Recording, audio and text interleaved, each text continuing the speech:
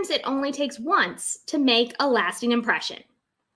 Hello, everybody. Welcome to After Action Report, your numbers recap show for all Schmoedown matches to keep you caught up on all the action. I'm your host, Megs, here for the Call to Action podcast channel. Today is going to be a little bit of a different show. We don't have a whole lot of things to talk about. There was some announcements made on the rundown with Christian Harloff coming in, specifically talking more about the pay-per-view event that's going to be coming up here at the end of the month.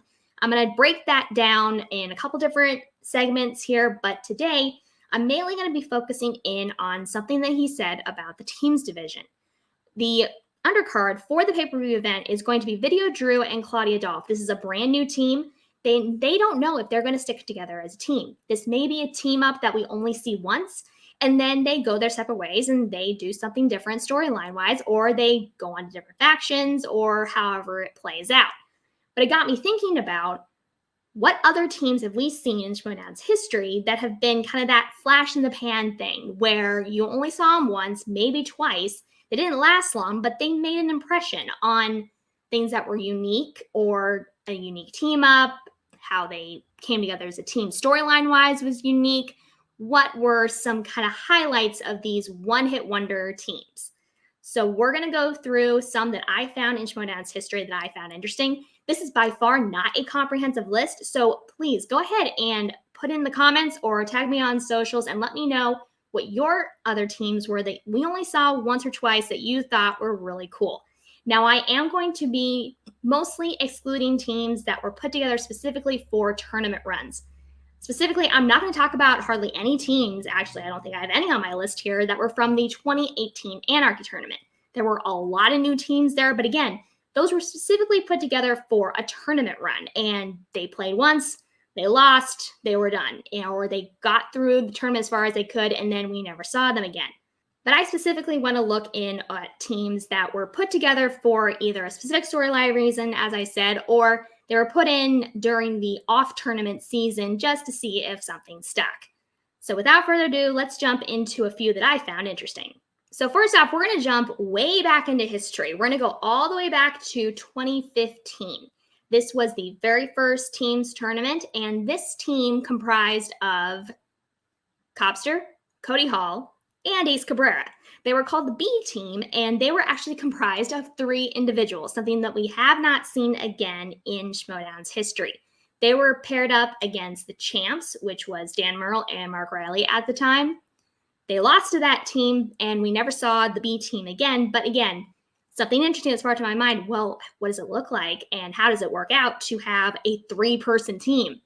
And something that I don't have written down, but we had an instance where it was only 1 person against 2. We had the Nerds Watch match versus Blofeld's Cat, where Rachel Cushing was left by herself to face off against Blofeld's Cat. They were a outstanding team, and it was the end of the Nerds Watch with Ken joining the Lion's Den, so it didn't necessarily qualify for this list.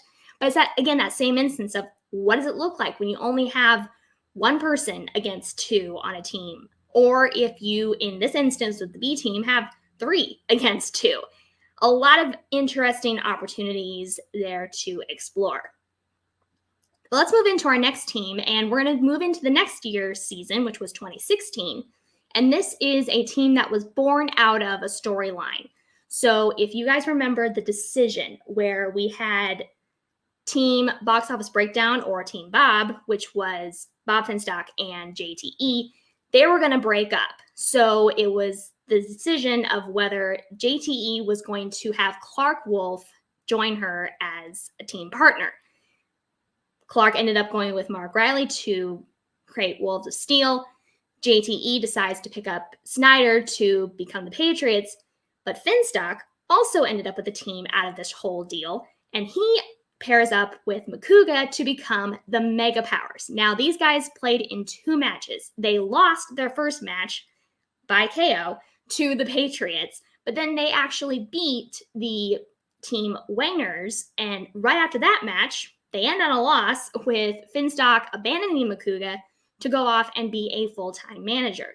Makuga then goes on to team up with Elliot Dewberry to become the Wildberries. But again, this interlude team of the Mega Powers was something that, while the team itself was not very good, they had an overall average between their 2 matches of 42%. Not ideal by any means, but it was a fun dynamic to watch between the two of them with the wild man Josh Macuga and, well, we all know what Finstock is like. But anyways, that was a team that, again, stuck out to me. It was a flash in the pan thing. We only saw them a couple times, but they were very entertaining to watch. We're going to speed up ahead a bit further down the line. We're going to look at the 2020 season. There were some very interesting team-ups, and I'm going to explain the reasons why for this. The first one I want to talk about is one that is very fitting for this topic of discussion. It is the experiment. This was Elliot Dewberry facing off with Mark Edward Hoyk. Now, this team was born out of the storyline that Shannon, during the draft leading into 2020, broke up the Wildberries. So Josh Macuga was left on one faction. Shannon picks up Elliot and basically enslaves him into the corruption family just out of pure spite because of Shannon being Shannon. So this was her attempt to create this experiment of her guy, Mark Edward Hoyk, and Elliot Dewberry. Again, we only saw this team once, but the character dynamic between these two was amazing to watch. The pre-match, post-match interviews, all that were amazing to watch. So I encourage you to go back and check that out. It's very entertaining to watch. Elliot's just uneasiness during that whole thing was amazing. So again, a team we never saw again. It was born out of an interlude where we couldn't have Wildberries as a team because they were separated on different factions, but they made something work with a team up that was very entertaining to watch. Staying in this 2020 season, we're going to talk about some team ups. There was Rogue 2 that actually faced off against a new team as well called the Wicked. Now, the interesting thing about these two teams, Rogue 2 was Adam Hlavik and Liz Shannon Miller, and then the Wicked was Jim Vejvoda and Jared Haven. Now, the interesting thing about these two teams is this was the first time that we were seeing someone deciding to put together a mainly singles and teams player with an IG player.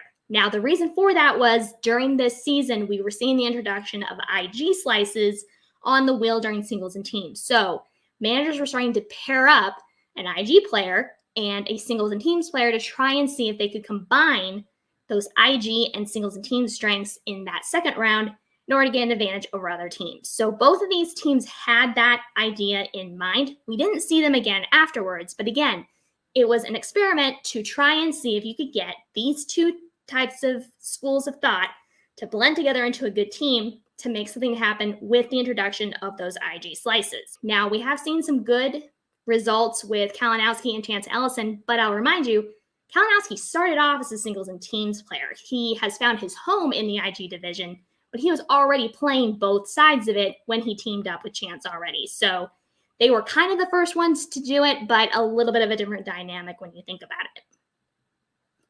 Moving into another team that we saw in 2020 that was just, again, fun to watch. It's another Video Drew matchup, actually. It was called Cuckoo's Mess. So that was Video Drew facing off with Rick Hong. Rick was not one that stuck around past that 2020 season. We never saw him in singles. But again, the character work coming out of both of those players was very good. We got a lot of really good quips coming out of Mark Ellis during that match. There was a baby involved that got some really good zingers in there. So again, if you're looking for some fun, entertaining matches to check out from earlier seasons, you might want to check those out. And the final team I'm going to talk about is one called Pop Quiz. They were the third team that was put together by Swag. Ultimately, the first team was, of course, Final Exam. The midterms were put together. That was Eric Zipper and Jonathan Harris. They were put together for the first team's tournament at the beginning of the season. And then Final Exam ended up entering the second team's tournament during the 2021 season.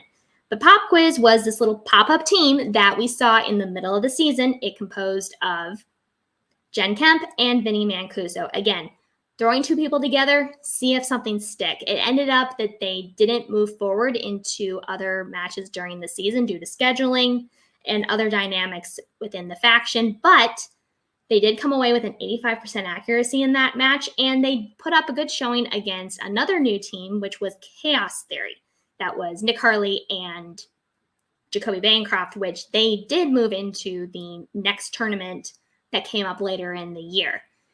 But again, Pop Quiz was another one of those teams that was just thrown together, see if something was going to come out of it. Ultimately, it was decided they were not going to stay together as a team moving into the season, but it would have been a fun thing to see explored later on. And maybe we will see Vinny Mancuso and Jen Kemp go into other pair-ups moving into this next season if they are playing.